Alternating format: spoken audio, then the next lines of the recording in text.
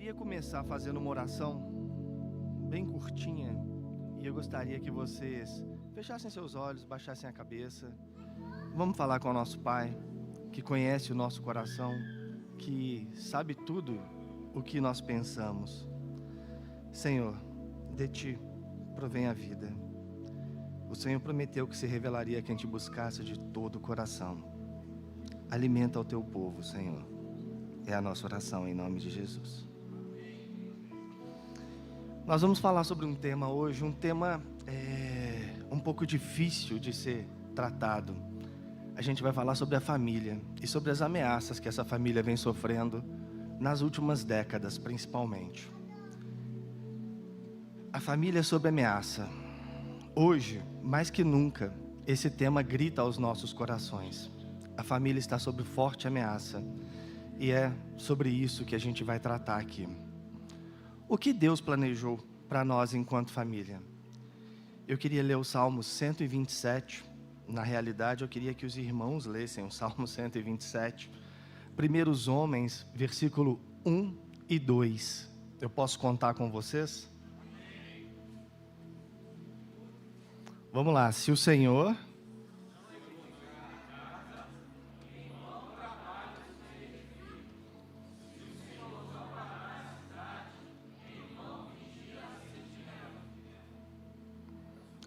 Verso 2. Pode continuar.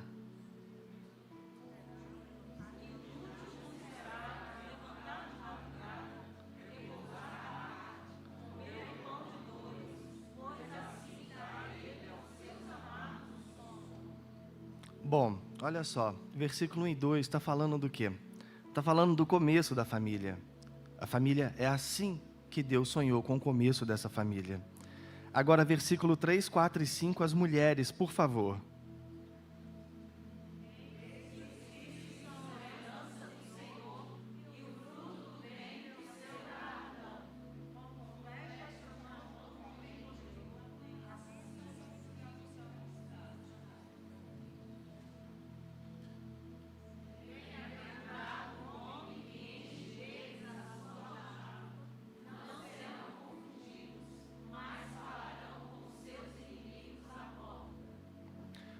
Bom, olha só, aqui está falando sobre a chegada dos filhos. Então, Deus edifica a família, depois disso, os filhos chegam. Agora, Salmo 128, na sequência, o próximo Salmo, versículo de 1 a 4. Aí aqui ele vai falar sobre os filhos já adultos e criados. Por favor, os homens.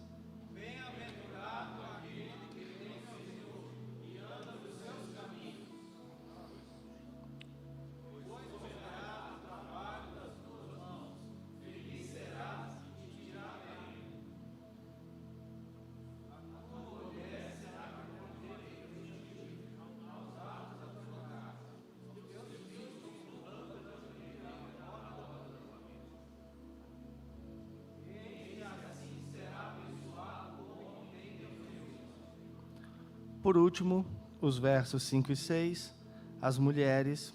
Esses versos eles vão falar sobre a chegada dos netos, ou seja, uma nova geração.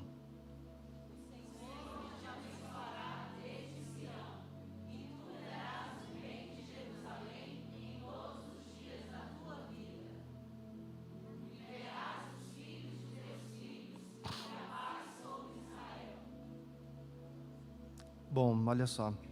Esse é o plano e o propósito de Deus para a família. Ele quer que nós tenhamos prazer no casamento, que nós formemos uma nova geração de pessoas decentes, que valorizam o que Deus valoriza. Se a gente for parar um pouquinho e olhar a nossa legislação, a gente vai ver que a Constituição Federal, ela considera a família a base da sociedade e que ela merece uma proteção especial do Estado. Então a família, ela é o agrupamento de pessoas unidas por meio do matrimônio ou da convivência conjugal, construindo laços de parentesco através da consanguinidade e da adoção com função reprodutiva. Como as famílias têm vivido hoje? Que voz nós temos levantado dentro dos nossos lares? Os pais têm guiado os filhos à luz das Escrituras? Ou o mundo tem inserido os seus valores e os filhos escolhido o que farão? muitos pais se tornam reféns do amor dos seus filhos.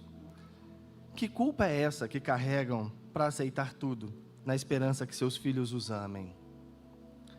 Filhos de pais separados, por exemplo, tendem a imputar aos pais a culpa de toda a sua infelicidade, como se tudo pudesse ter sido resolvido se a relação não tivesse se desfeito.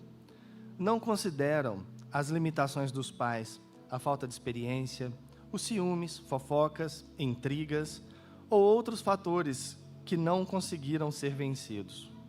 Nesse caso, como os pais podem resolver essa questão? Se culpando para sempre? Dando tudo? Permitindo tudo? Bom, se eu permito que meu filho faça tudo o que eu odeio, em breve estarei odiando meu filho. Pensa nisso. Conceitos da psicologia sugerem que o amor é o sentimento mais sofisticado da experiência humana, de tal modo que só nós podemos senti-lo. Para que aconteça, são necessários outros sentimentos precursores. Assim, só pode ser sentido plenamente na vida adulta. O amor só se consolida se antes o objeto tiver sido respeitado e admirado. Ou seja, quem não é respeitado e admirado jamais será amado. O amor não permite tudo. Aliás, onde tudo é permitido, há falta de amor.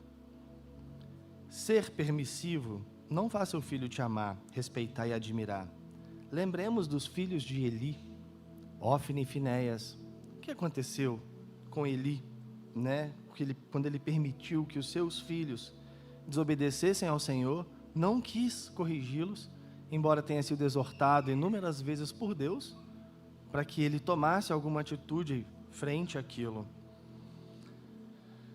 A atenção das nossas crianças e adolescentes, ela é disputada em todos os lugares e ambientes, principalmente no virtual.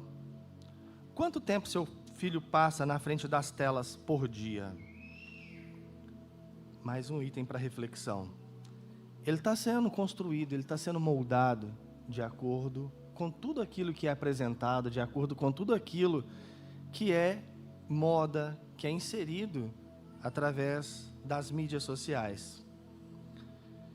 Eu vou citar aqui sobre poucos tópicos, eu poderia sentar dezenas aqui, mas eu vou citar poucos tópicos que os nossos filhos são submetidos, que eles são bombardeados todos os dias. O primeiro é sobre o aborto. O tema, ele é relativizado. Deixa de ser assassinato e passa a ser uma possibilidade, dependendo da situação. Ou não, pois hoje apenas a vontade já pode ser o suficiente. As justificativas são as mais inescrupulosas possíveis. Ela é muito nova, ela ainda não tem responsabilidade, não tem condições financeiras, enfim. Então, as pessoas elas justificam qualquer coisa desde que haja uma vontade, mesmo que essa vontade contrarie todos os ensinamentos que nós recebemos do Senhor. Outro tópico, ideologia de gênero. Isso demonstra uma insatisfação enorme contra Deus. Quer dizer, Deus, Ele não te fez perfeito. A pessoa quem tem o poder de determinar quem é. Então eu nego a autoridade de Deus sobre a minha vida, a determinação biológica com a qual Ele me fez. Outro item, consumo impulsivo e descontrolado. Ou seja, o consumo das coisas, de coisas mesmo, materiais. Os meus pais têm que dar tudo que eu quero. Afinal, eu não pedi para nascer.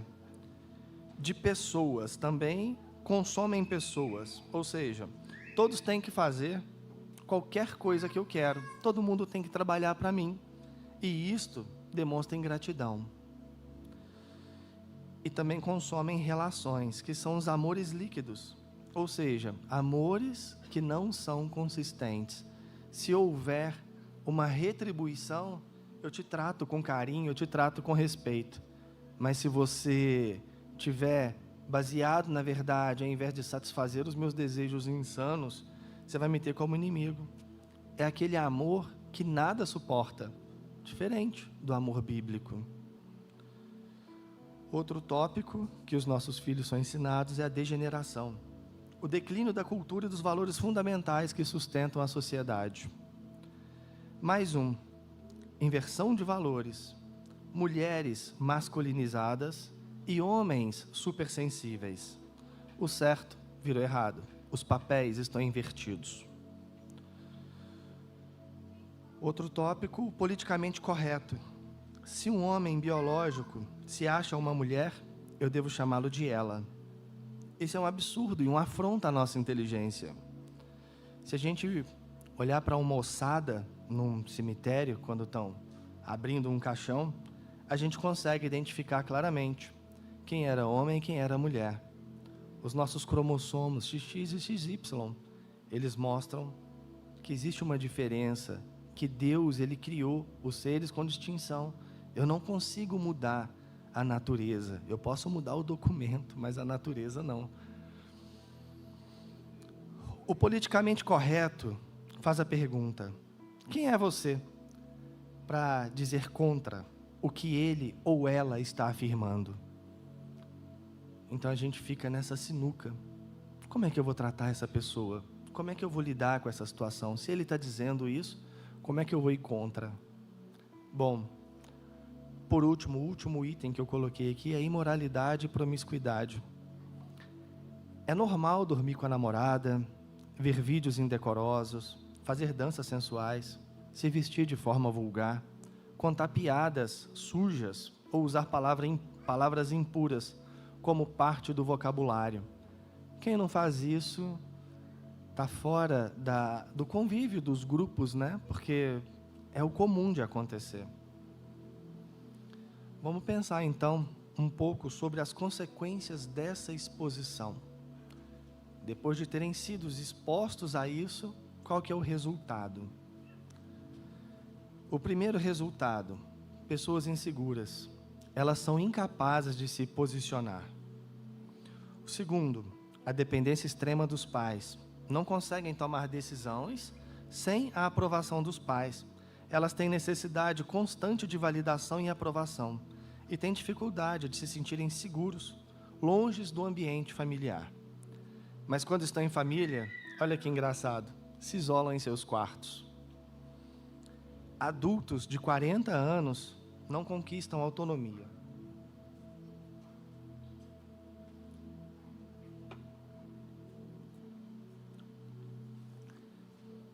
Outra consequência dessa exposição: dependência do olhar social. Só se sentem seguros ou aceitos socialmente por grupos conhecidos. Quer dizer, eu faço parte de um determinado grupo e esse grupo me aceita. Isso me torna seguro. Ou pelas curtidas em suas redes sociais. Existem casos de suicídio quando sofrem ataques de haters. E aí eu não sei se os irmãos lembram daquele aplicativo lá da baleia azul. Fotos íntimas quando são vazadas, humilhações públicas. E isso pode abrir portas para essa tendência suicida. Outra consequência dessa exposição: zero alta responsabilidade. Não assumem as responsabilidades pelos rumos de sua vida pessoal ou profissional. A culpa é sempre do pai, da mãe, do namorado, da namorada. Nunca é dele ou dela, é sempre do outro. Outra consequência: fragilidade excessiva. Situações sensíveis, vindas de incertezas, deixam a pessoa confusa e desorientada, podendo gerar sintomas de medo e desespero. Daí para frente, ansiedade, síndrome do pânico, autolesões e ideação suicida. Então a pessoa ela vai percorrendo esse caminho passo a passo. É um caminho gradual. Volatilidade emocional, ou seja, imprevisibilidade nas ações e nas emoções. E fortes reações a eventos que faz a pessoa agir e reagir a tudo de maneira extrema no dia a dia. Quais são as 4 emoções primárias? Medo, tristeza, raiva e alegria. As outras emoções derivam dessas, sendo o exagero ou a diminuição das mesmas. Então eu vou dar um exemplo. A ansiedade, ela é o exagero do medo. Como isso? Eu pego algo que eu temo que aconteça no futuro, trago para o meu presente e sofro com isso, como se estivesse acontecendo ali naquele momento. Mas vejam, isso de fato não aconteceu. Pode ser que nunca aconteça, mas eu vivo na minha fantasia essa sensação. O corpo, ele não entende que isso é uma fantasia. Ele vai produzir cortisol e adrenalina. A gente pode dizer que isso é uma espécie de fé, só que no fracasso. A família não pode ser um reino dividido. Marcos 3, 24 e 25 diz: se um reino estiver dividido contra si mesmo, tal reino não pode subsistir. Se uma casa estiver dividida contra si mesma, tal casa não poderá subsistir.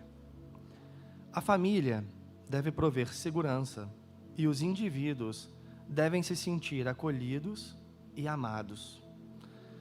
Devemos estar alicerçados na rocha, ter raízes profundas, estar convictos do que cremos e ao que fomos chamados. 2 Timóteo 1:7 diz: Deus não nos deu espírito de covardia, mas de poder, de amor e de equilíbrio.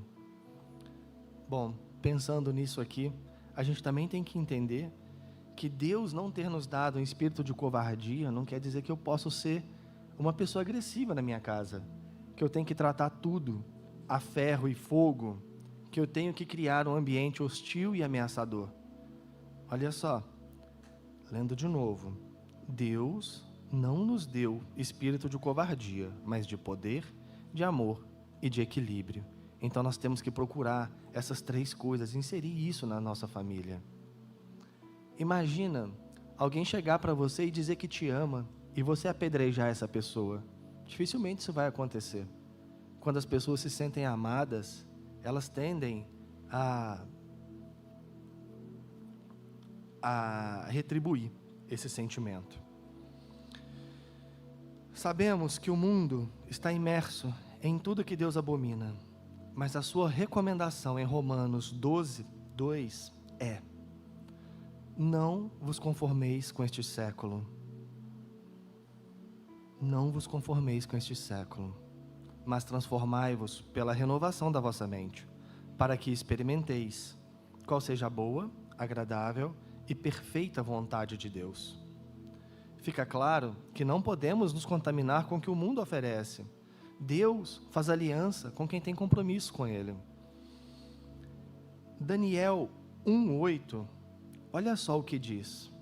Todo mundo conhece a história de Daniel, que Daniel foi salvo daquele monte de leão faminto, porque ele creu em Deus, porque ele se manteve fiel. Resolveu Daniel firmemente, ele foi firme, ele foi decidido, ele foi ousado, não contaminar-se com as finas iguarias do rei, nem com o vinho que ele bebia. Então pediu ao chefe dos eunucos que lhe permitisse não contaminar-se. A definição da palavra contaminar é tornar inferior ou impuro por contato ou mistura, corromper, viciar. E isso é o oposto da obra do Espírito Santo em nós, que é a santidade. Hebreus 12:14 diz: segui a paz com todos e a santificação, sem a qual ninguém verá o Senhor. Eis então a urgência desta mensagem. Marcos 10:16. Eu vou pedir que os irmãos leiam, por favor.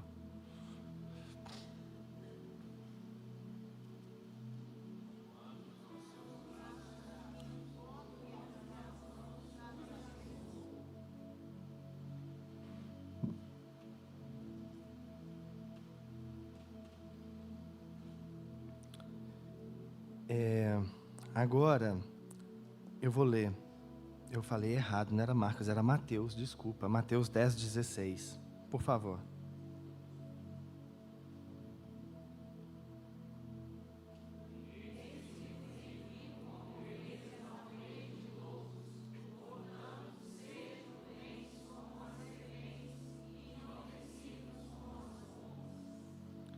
Isso é uma exortação para agirmos cautelosamente, vigiando e observando o que tem acontecido atualmente no mundo e nos templos. A gente vê templos com doutrinas humanas, ações que não condizem com a palavra, comportamentos que ferem o Evangelho, fogo estranho. Nós precisamos conhecer e combater em nós, através da renovação da nossa mente.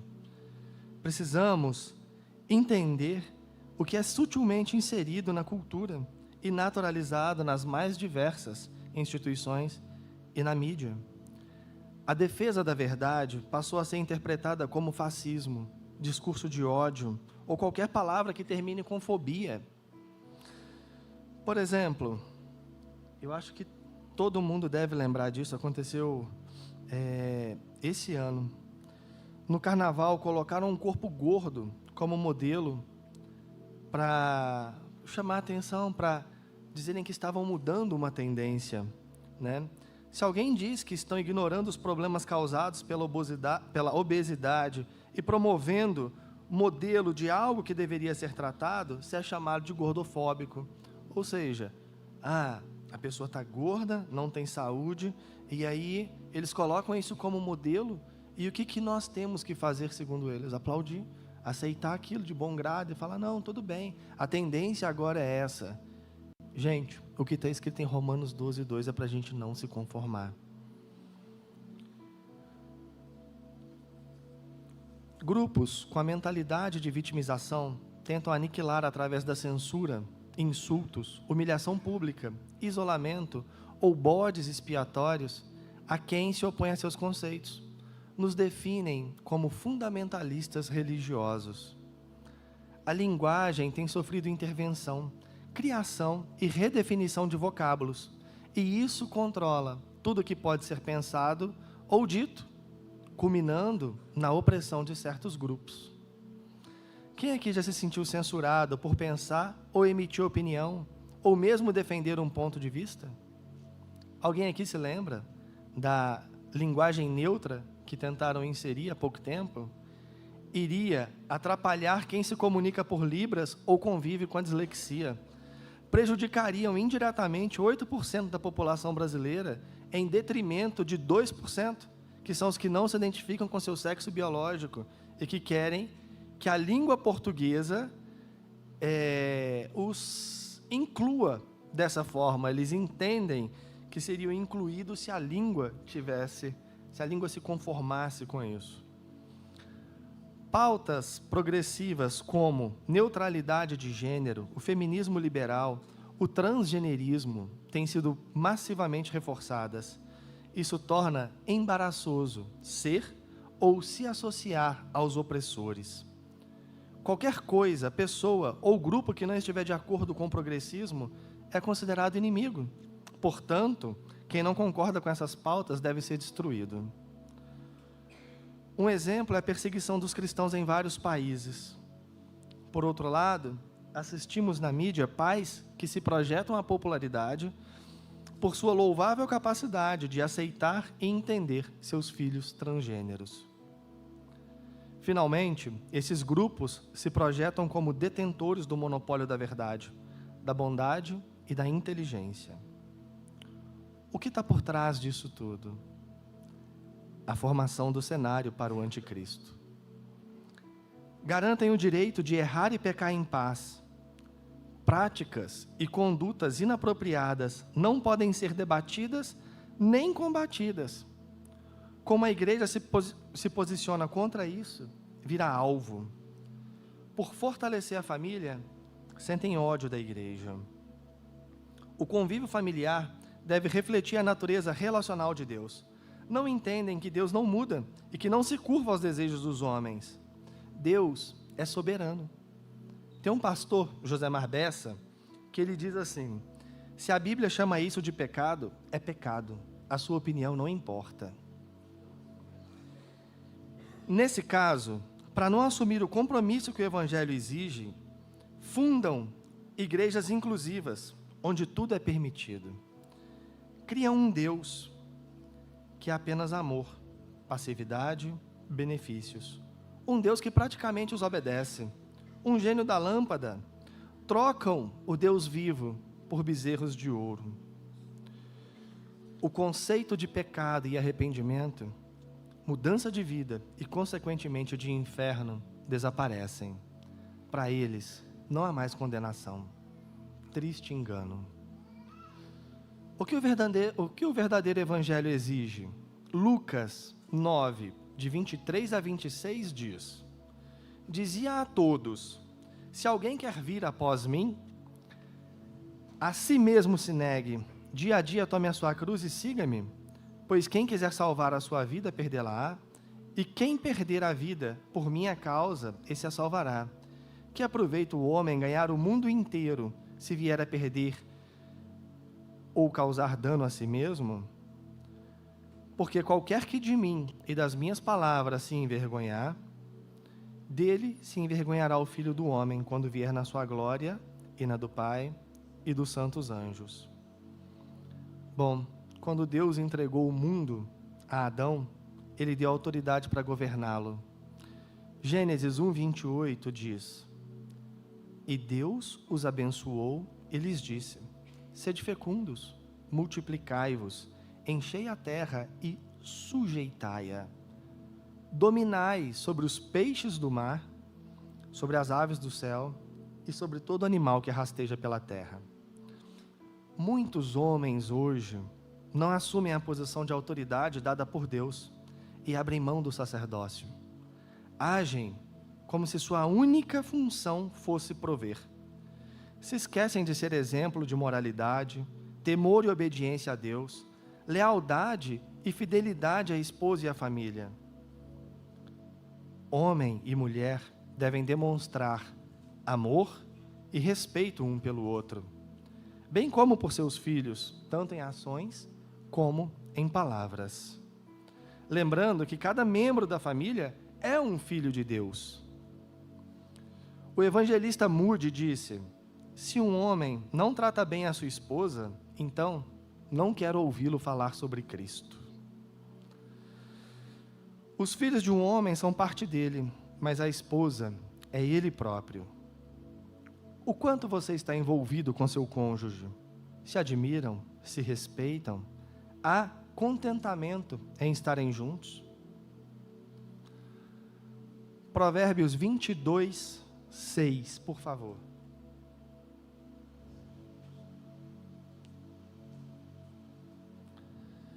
Pessoal, olha só. A palavra ordena aos pais para ensinarem a criança no caminho em que ela deve andar, para que quando for velha, não se desvie dele. Isso é uma ordem. Como nós ensinamos os nossos filhos? A gente ensina os filhos só falando? Atitudes ensinam? Vocês concordam que atitudes ensinam? Pois é. Já que não é só o que eu falo que conta, vamos pensar que sim. A palavra diz que quando for velha, não se desviará desse caminho que eu ensinei. Vocês percebem a gravidade disso? Eu acho que isso assusta todo mundo. Se eu falo e não faço, o que eu estou ensinando? Eu estou ensinando a hipocrisia. E cabe lembrar aqui que hipocrisia, um hipócrita, é alguém que condena o que o outro faz, ele condena no outro aquilo que ele não reprime em si mesmo. O que acontece quando a criança convive com sentimentos negativos? Eu vou citar só 4, tá? Poderia citar inúmeros, mas eu vou citar 4. 4 comportamentos que, quando a criança convive, o que ela aprende? Crítica. Quando a criança vive num ambiente de crítica, ela aprende a condenar. Isso quer dizer que o pai não pode criticar o filho? Pode. Mas tem uma forma certa de fazer isso. A crítica, ela deve apontar o que pode ser melhorado e não fazer uma crítica de forma maldosa. Por exemplo, tem pais que chegam para os filhos e falam assim: você não tem jeito, não tem remédio para você. Isso é uma sentença. Desse jeito, seu filho, ele vai entender que o defeito é ele e que não é a atitude dele. Se você fala: nossa, esse menino não presta, esse menino, e começa a atribuir adjetivos, ele vai internalizar aquilo, porque você é autoridade sobre ele. Porque se o meu pai diz que eu não presto, quem é que vai dizer que eu presto?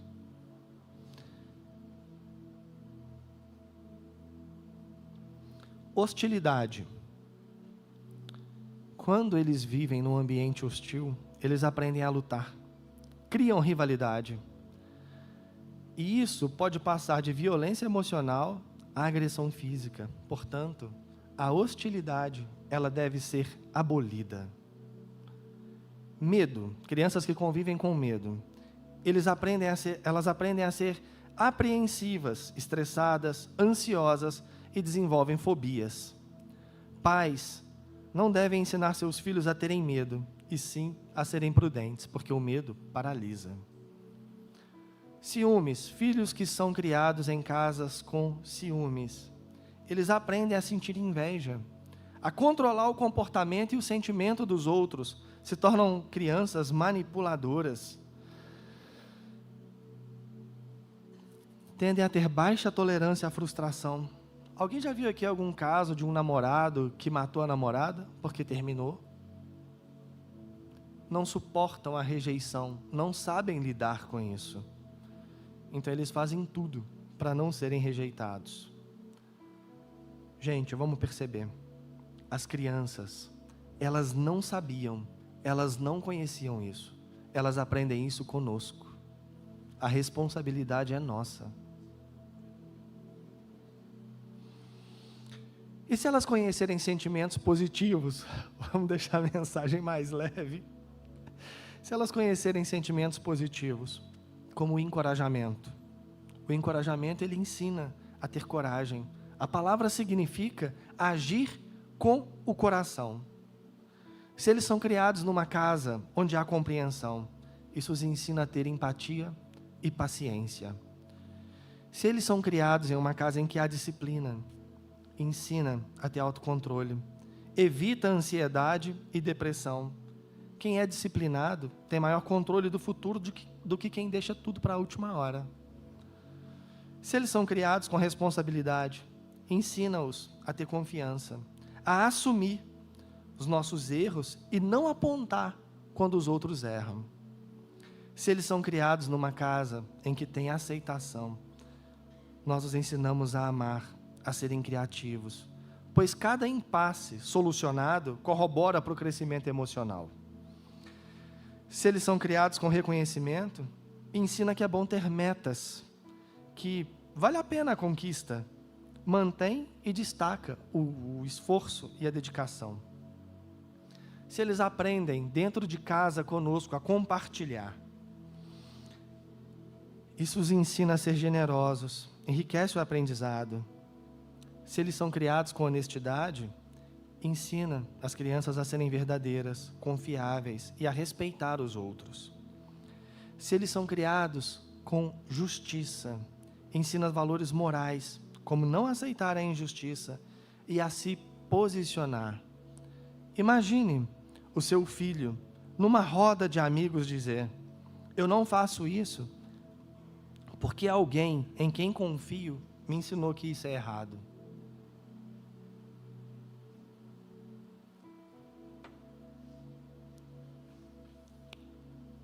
Se eles são criados com gentileza, os atos de bondade expandem a consciência do seu filho para além da família. Ensina esperança e que o mundo é um lugar bonito de se viver. E por último, se eles são criados com amor, vamos lá, Colossenses 3,14.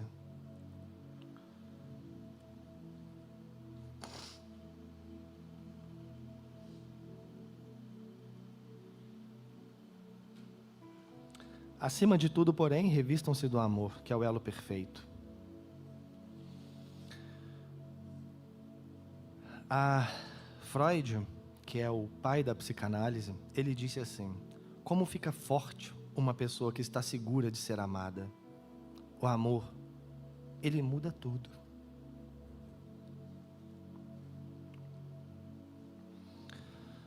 Todos devemos ser como crianças. Mateus 18:3 diz: e disse, em verdade vos digo, que se não vos convertestes e não vos tornardes como crianças, de modo algum entrareis no reino dos céus. Essa responsabilidade é minha? A gente tem que parar e se perguntar isso. O que a Bíblia diz? 1 Timóteo 5:8. Ora, se alguém não tem cuidado dos seus, e especialmente dos da própria casa, tem negado a fé, e é pior que o descrente. Bom, eu queria que vocês fechassem os olhos agora, por um breve momento.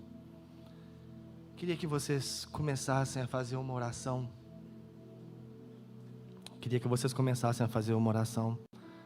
Falar com Deus. Quem é que você ama que não caminha com Deus? Quem da sua família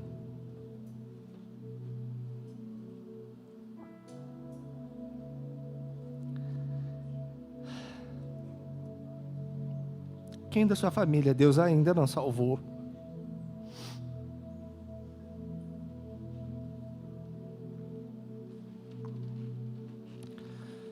Quem você gostaria de ter ao seu lado na eternidade?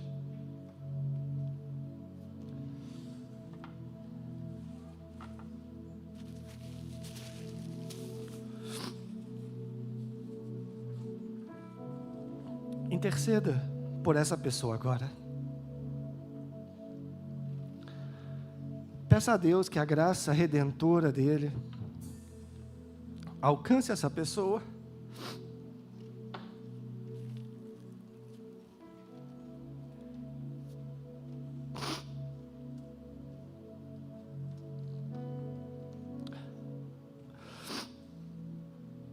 Você pode pensar assim, mas essa pessoa, ela não quer nada com Deus. Ela já disse: eu não quero envolvimento com Deus, não quero envolvimento com as coisas de Deus. Ser crente é chato. Gente,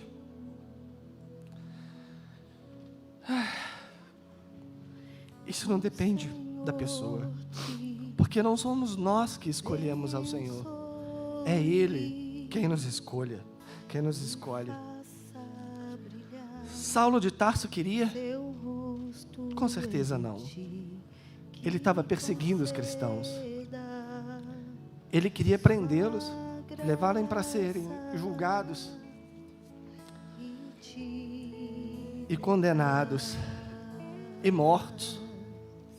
Ele não queria, mas a vontade dele não importava, porque o plano de Deus era para a salvação de Saulo. E de Saulo, que significa grande, ele se tornou Paulo, que significa pequeno.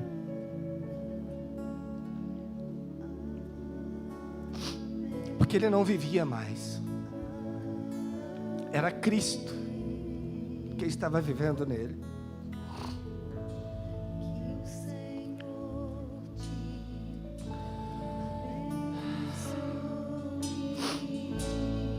Se Deus te tocou hoje, dia 25 de agosto, se você sentiu Ele te chamando, se isso aconteceu, é porque seu nome já está escrito no livro da vida, antes da fundação do mundo, e ninguém te arrebatará das mãos de Jesus.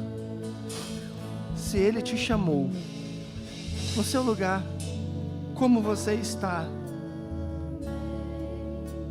permita que Ele entre no seu coração, que Ele faça morada na sua vida.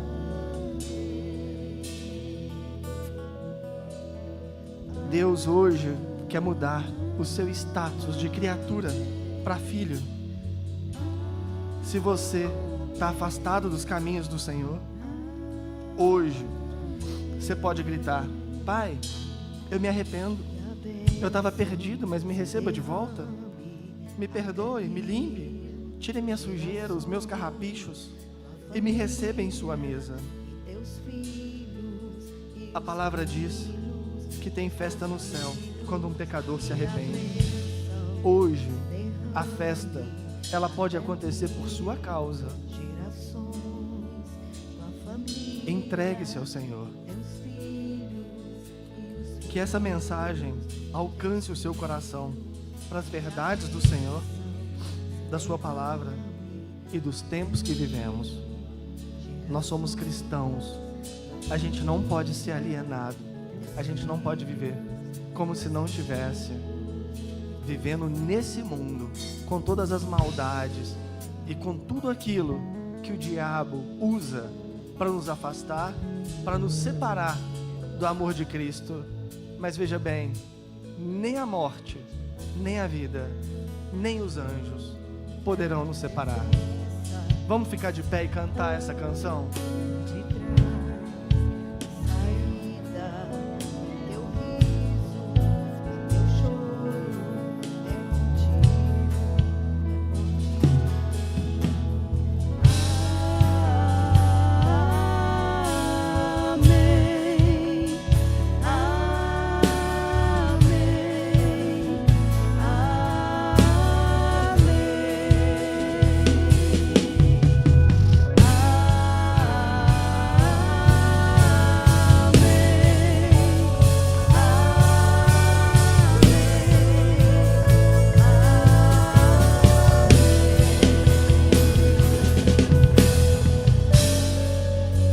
Queridos, como que é importante a gente ouvir palavras que falem sobre família.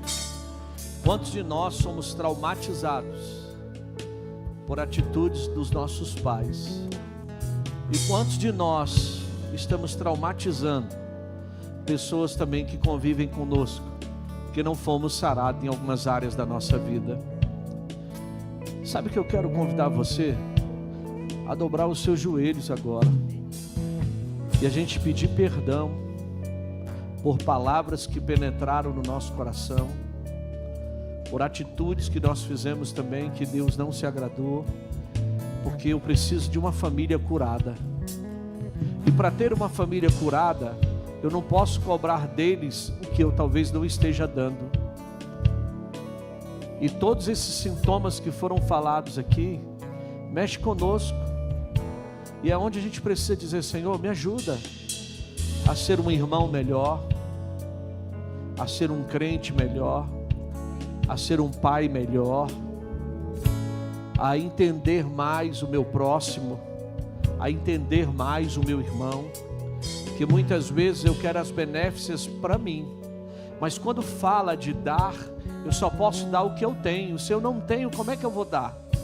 Eu quero hoje aqui nesta manhã, Pai, me prostrar perante o Senhor e reconhecer que as famílias realmente estão sob ameaças, mas as ameaças só podem entrar se eu permitir com que elas entrem, porque nós estamos decididos a fechar toda e qualquer porta para que o inimigo entre e possa roubar tudo aquilo que o Senhor tem já para a nossa vida. Eu me lembro, Pai, que aquele povo, quando foi sair do Egito, eles decidiram sair da escravidão. Eles deixaram uma vida de comodismo, mas decidiram seguir a Tua voz. Nós estamos decididos a seguir a Tua voz.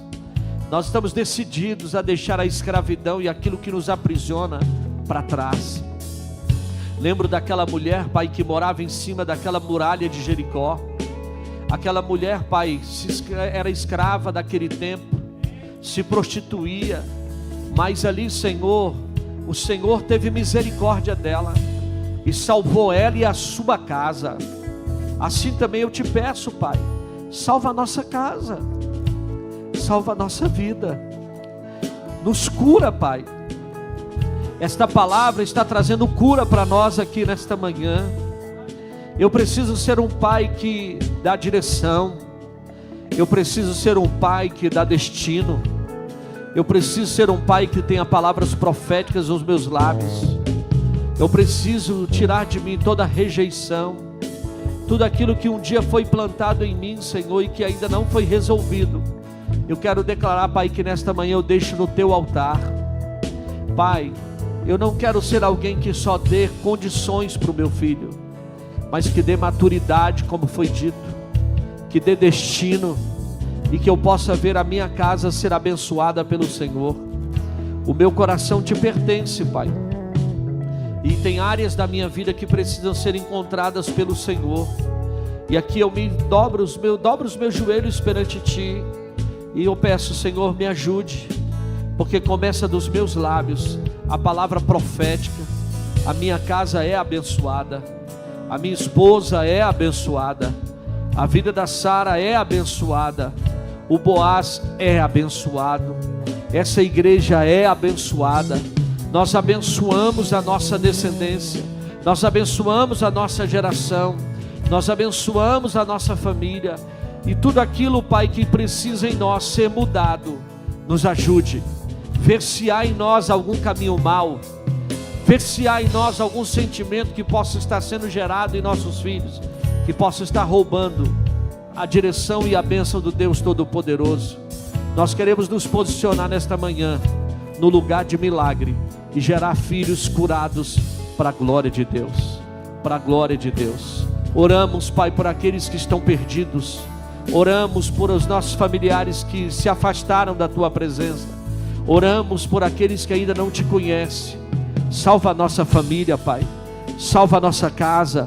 Traga o conhecimento que através do nosso testemunho o Teu nome seja glorificado, hoje e sempre, em nome de Jesus.